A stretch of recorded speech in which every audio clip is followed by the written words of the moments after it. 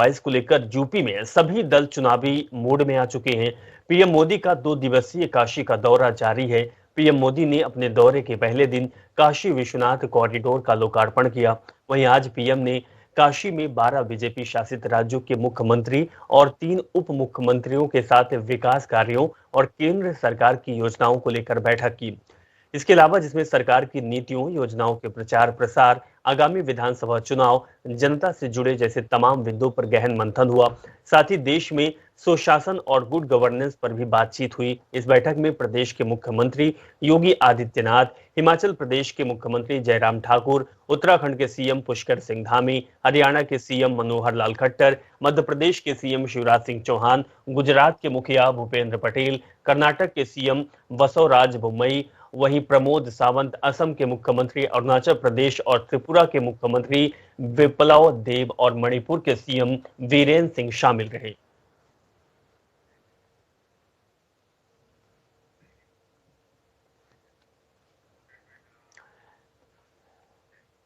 PM Narendra Modi के काशी दौरे को लेकर समाजवादी पार्टी के मुखिया अखिलेश यादव ने एक बयान दिया है, जिसको लेकर अब बवाल भी मच गया है।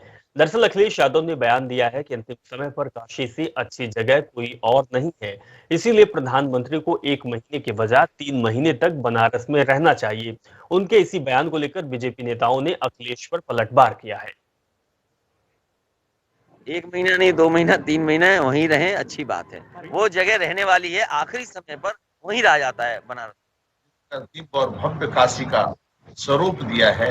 उन श्रमिकों का प्रधानमंत्री द्वारा सम्मान और उनके साथ भोजन, वह पल, वह क्षण पूरी दुनिया देख और पूरी दुनिया अभिभूत हो रही है। आदरणीय मोदी जी को धन्यवाद दे रही है। लेकिन शर्म की बात है कि अखिलेश यादव जी, सपा के मुखिया, प्रधानमंत्री पर रुचि टिप्पणी करते हैं। यह दर्शाता है कि उनकी मानसिकता औरंगजेब की, उनकी मानसिकता जिन्ना की है। विश्वनाथ कॉरिडोर को देखकर शायद ये लोग इतने तरसा गए, कहीं ना कहीं इनकी सोच और इनके संस्कार वो सब सामने आ रहे हैं। अखिलेश यादव जी इस तरह का बयान देते हैं जो उनके सोच और उनके संस्कारों को दिखाता है। इस तरह की भाषा, ना कोई मर्यादा, ये अपने आप में दिखाता है कि बौखलाहट सपा में कितनी है, उनके नेताओं में कितनी है। लेकिन बयान देने से पहले 2 बार सोचना चाहिए कि किसके बारे में किन शब्दों का प्रयोग किया जा रहा है। लखीमपुर हिंसा केस में एक नया मोड़ आ गया है। आरोपी आशीष मिश्रा की मुश्किलें अब बढ़ने वाली है। सीजेएम कोर्ट ने आशीष मिश्रा समेत सभी 13 आरोपियों पर 307 धारा लगाने का आदेश दिया है। यानी कि अब हत्या के प्रयास की धारा 307 के तहत आशीष मिश्रा की जांच होगी। बता दें कि इसमें धारा 307, 326 और 34 भी शामिल है। इसके साथ ही जांच टीम ने बढ़ाई गई धाराओं में आरोपी की रिमांड लेने के लिए कोर्ट ने अर्जी दी है।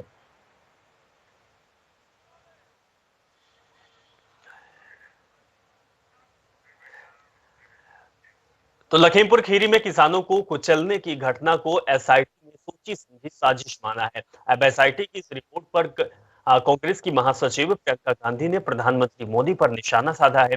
प्रियंका गांधी ने ट्वीट करते हुए कहा है कि गृह राज्य मंत्री अजय मिश्रा टेनी को पद से बर्खास्त करना पीएम मोदी की किसान विरोधी मानसिकता को दर्शाता है। प्रियंका गांधी ने कहा कि न्यायालय की फटकार और सत्याग्रह के चलते अब पुलिस का भी कहना है कि गृह राज्य के बेटे ने साजिश करके किसानों को कुचला था। जांच होनी चाहिए और इस साजिश में गृह राज्य मंत्री क्या भूमिका थी।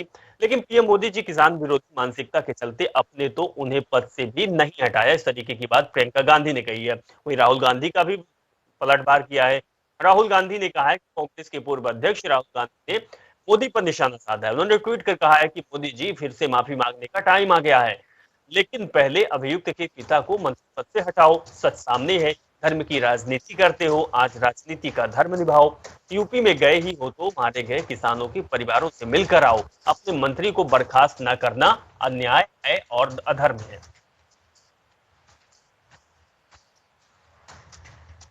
भारतीय जनता पार्टी के राष्ट्रीय अध्यक्ष जेपी नड्डा और उनके साथ भाजपा शासित अन्य 12 मुख्यमंत्री सपरिवार के साथ चंदौली पहुंचे, जहां 63 फीट ऊंचे पंडित दीनदयाल उपाध्याय स्मारक को श्रद्धांजलि दी।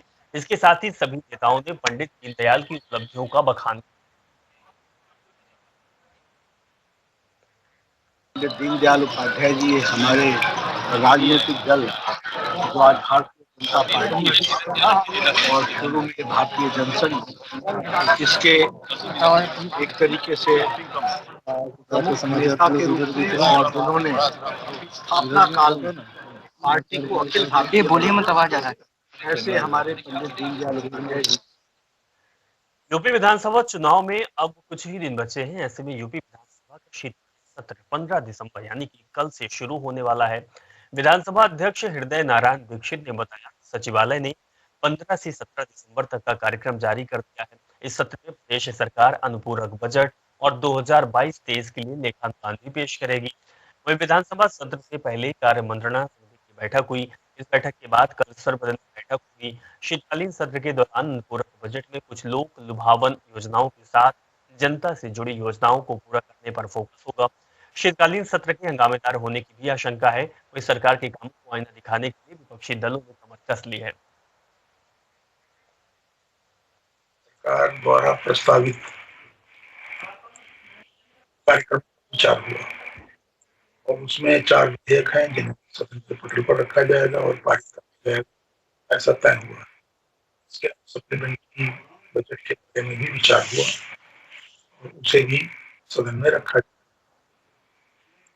इस छोटे से सत्र में उत्तर भी होंगे, शून्यकाल भी होगा और सदन की कार्यवाही को से चलाने की दृष्टि से आपस में मशवरा किया है।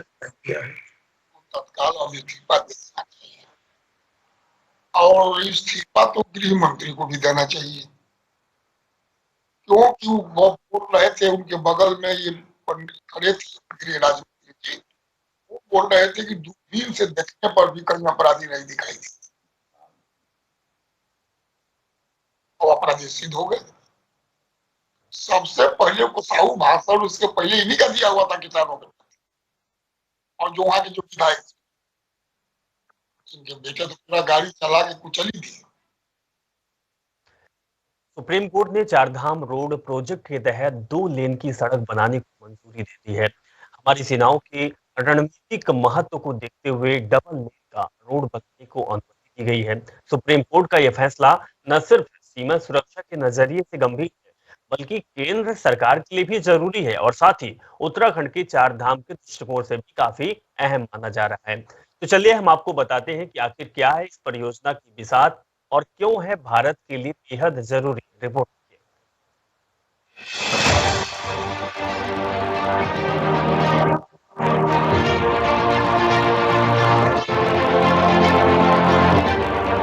केंद्र सरकार की महत्वाकांक्षी चारधाम परियोजना को सुप्रीम कोर्ट ने अनुमति दे दी है।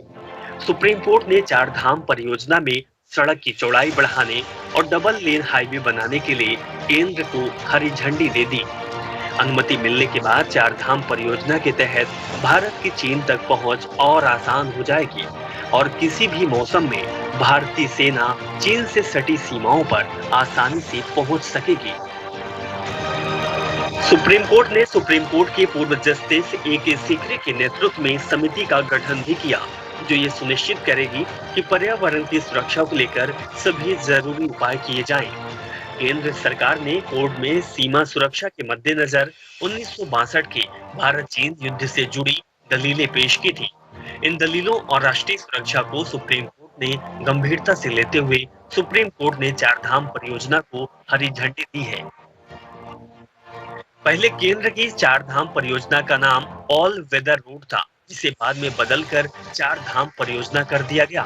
ये परियोजना उत्तराखंड के 4 प्रमुख धामों यमुनोत्री, गंगोत्री, बद्रीनाथ और केदारनाथ को सड़क से जोड़ेगी। इस परियोजना के तहत कुल 53 परियोजनाओं पर काम होना है, जिसकी लागत लगभग 12,000 करोड़ रुपए होगी। ये 9,000 किलोमीटर का हाईवे प्रोजेक्ट है, जिसमें 2 सुरंग, 15 पुल और 13 बाईपास बनाए जाने हैं। ऑल वेदर रोड भारत चीन सीमा को देहरादून और मेरठ से सेना के शिविरों से जोड़ेगी, जिसमें भारी मशीनरी मौजूद है। इन परियोजना पर उत्तराखंड, पीडब्ल्यूडी, सीमा सड़क संगठन, राष्ट्रीय राजमार्ग और NHIDCL मिलकर काम कर रही हैं। सुप्रीम कोर्ट की ओर से इस परियोजना को हरी झंडी मिलने के बाद न सिर्फ अंतर्राष्ट्रीय स्तर पर भारत की सुरक्षा मजबूत होगी, बल्कि भारत ड्रैगन की हर नापाक हरकतों पर करारा जवाब देने के लिए तैयार होगा। जनता टीवी न्यूज डेस्क से विशाल त्रिपाठी की रिपोर्ट। हल्द्वानी में वरिष्ठ कांग्रेसी नेता और पूर्व राज्य मंत्री ललित जोशी ने आगामी 16 दिसंबर को देहरादून में प्रस्तावित राहुल गांधी की रैली की तैयारियों के संबंध में आज कांग्रेस कार्यकर्ताओं और नेताओं के साथ बैठक की। ललित जोशी ने कहा कि आगामी देहरादून में होने वाली राहुल गांधी की रैली ऐतिहासिक होगी। इस रैली में पूर्व सैनिकों का सम्मान किया जाएगा। 16 दिसंबर दिवस से लिहाजा कांग्रेस ने रैली सैनिकों के सम्मान के लिए समर्पित की है। हल्द्वानी में इस बैठक में पूर्व दर्जा राज्य मंत्री ललित जोशी सहित कांग्रेस के सभी दावेदार एकजुट दिखाई दिए, जिन्होंने एकजुटता का संदेश देते हुए विधानसभा चुनाव 2022 में कांग्रेस का झंडा बुलंद करने की बात की। विजय दिवस है 16 तारीख, और विजय दिवस को मनाने के लिए इससे बढ़िया क्या हो सकता है कि कांग्रेस अपने सैनिकों के सम्मान में ये इतनी बड़ी रैली करने जा रही है। हमारे लिए और पूरे राज्य के लिए, पूरे देश के लिए ये बड़े गौरव की बात है कि हम विजय दिवस के दिन हमारे शीर्ष नेतृत्व आकर करके हमारे राहुल गांधी जी आकर करके हमारे सैनिकों को के सम्मान में वो रैली करने जा रहे हैं। इसलिए हमारे लिए हम इस मामले में बहुत ज्यादा। उत्तराखंड के ऊंचाई वाले क्षेत्रों में हिमपात का असर पहाड़ों की रानी मसूरी में भी देखने को मिला है। मसूरी में इन दिनों तापमान में भारी गिरावट आ गई और सुबह से ही आसमान में काले बादल छाए रहे। साथ ही बर्फीली हवाओं के कारण कड़ाके की ठंड भी पड़ने लगी है, जिसकी वजह से अब लोग बाहर निकलना भी छोड़ दिए हैं। स्थानीय लोगों के साथ ही पर्यटकों ने भी गर्म कपड़ों का सहारा लेना शुरू कर दिया है। विभिन्न स्थानों पर अलाव जलाकर ठंड से बचाव किया जा रहा है और लोगों ने उम्मीद जताई है कि जिस प्रकार से मौसम का मिजाज है, तो आने वाले क्रिसमस या फिर बर्फबारी की संभावनाएं भी बढ़ सकती है। नगर पालिका अध्यक्ष अनुज गुप्ता ने बताया कि पालिका ने हर चौराहे पर लकड़ी की व्यवस्था की प्रक्रिया शुरू कर दी है। 15 तारीख से मसूरी के हर जरूरत स्थल पर लकड़ियां जलाना शुरू कर दिया जाएगा। तो मसूरी की हम आपको तस्वीर दिखा रहे हैं। हालांकि मसूरी लोग घूमने के लिए जाते हैं और पर्यटक काफी संख्या में यहाँ आ रहे हैं और पर्यटक को ये मौसम, ये बर्फबारी बेहद पसंद होती है, जिसकी वजह से दूर दराज से देश और विदेश से मसूरी का सफर लोग करते हैं, यहाँ घूमने के लिए आते हैं। लेकिन मौसम अब करवट ले लिया है, ठंड बढ़ गई है और जिसकी वजह से अब पर्यटक और स्थानीय लोग और व्यवसायी ठंड के कपड़ों का सहारा लेना शुरू कर दिए। हर वर्ष 15 दिसंबर के बाद ही मसूरी में अलाव की जो लकड़ी है उसकी वो जलाई जाती है। और इसको देखते हुए कल से, क्योंकि वन विकास निगम से को हमने जितनी धनराशि है वो जमा करा चुके हैं, और आज जैसे ही हमें लकड़ी उपलब्ध होती है हम यहाँ से व्हीकल बेच के वो लकड़ी ले लेंगे। और पूरी उम्मीद है कि कल से जो अलाव की व्यवस्था है, जितनी मसूरी के 35 पॉइंट्स पे हम अलाव जलाते हैं उसका कार्य शुरू है। रामनगर वन प्रभाग तराई पश्चिमी में आज काशीपुर गांधी नगर के दर्जनों ग्रामीणों ने पहुंचकर प्रभागी वन अधिकारी से स्टोन के स्वरों को अनुमति रद्द किए जाने को लेकर ज्ञापन दिया। ग्रामीणों ने कहा कि गांधीनगर में स्टोन से उस रास्ते से खनन किया जाना है जो रास्ते पहले से ही न्यायालय ने प्रतिबंधित कर दिया है। ग्रामीणों ने कहा है कि स्टोन क्रशर स्वामियों ने जंगल से उप खनिज बाहर निकालने के लिए अवैध रास्ते बना रहे, जिनमें अवैध खनन भी हो रहा, इससे सरकार रास्तों का नुकसान भी होता है। इन अवैध रास्तों से उप खनिज भरे भारी वाहन उनके गांव से न्यायालय से प्रतिबंधित रास्ते से निकाले जाते हैं। 16 दिसंबर को कांग्रेस के पूर्व राष्ट्रीय अध्यक्ष राहुल गांधी देहरादून में बड़ी जनसभा को संबोधित करने वाले हैं। इसकी तैयारी भी राजधानी देहरादून के परेड मैदान में जोरों और शोरों से चल रही है। इसी मैदान में 4 दिसंबर को पीएम मोदी ने जनसभा को संबोधित किया है और ऐसे में कांग्रेस के सामने चुनौती भी होगी कि जनसभा को और भव्य और ज्यादा अच्छा बनाया जा सके। वहीं प्रदेश अध्यक्ष गणेश गोदियाल, पूर्व मुख्यमंत्री हरीश रावत जनसभा स्थल का निरीक्षण किया। साथ ही दावा भी किया कि राहुल गांधी की जनसभा ऐतिहासिक होने वाली है। सुनिए क्या कहा उन्होंने।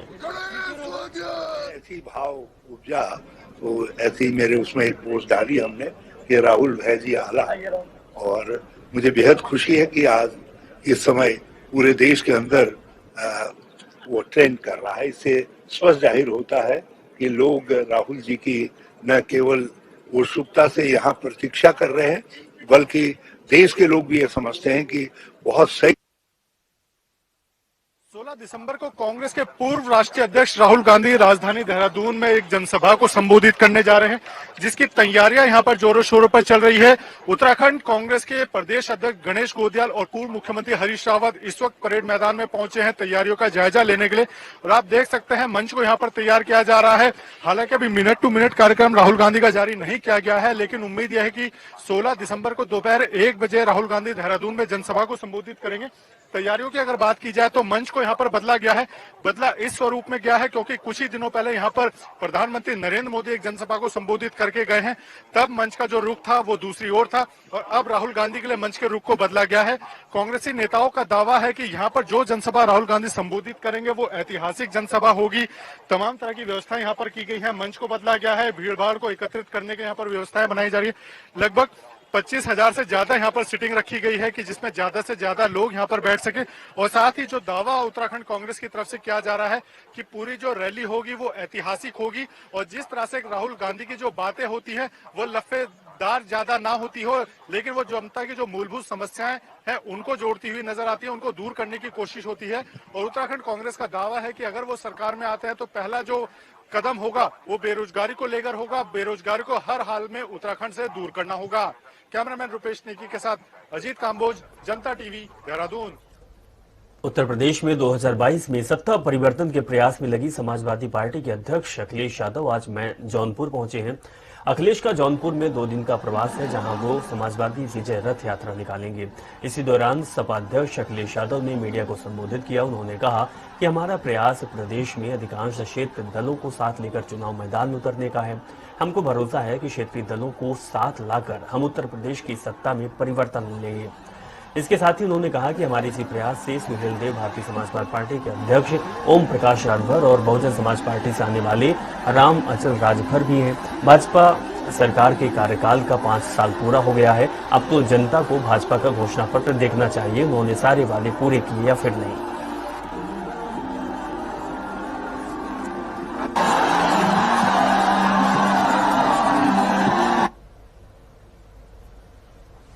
सरकार हटने जा रही है और हम सब लोग मिलकर के उत्तर प्रदेश में भारतीय जनता पार्टी का सफाया होगा। और हो सकता है जो मैंने पहले दिन से कहा और आज भी कहता हूँ, आप लोगों का समर्थन और आपका भी समर्थन है, क्योंकि सच दिखाओगे तो आपके खिलाफ भी कार्रवाई हो जाएगी। इसलिए आपका समर्थन जोड़ करके और इन सबका समर्थन जोड़ करके सबका साथ लेकर के सबके सहयोग को, सबको सहयोग और सबकी भागीदारी को देते हुए हो सकता है उत्तर प्रदेश की जनता को समझाने में हम लोग कामयाब हो जाएंगे तो 400 सीटें भी इनको हरा देगी भारतीय जनता पार्टी। ये लाल रंग ये समझते नहीं है।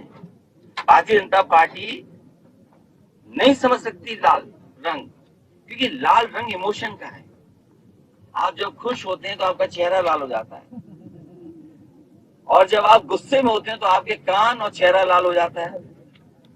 ये इमोशन का रंग है, ये हमारे खून का रंग है।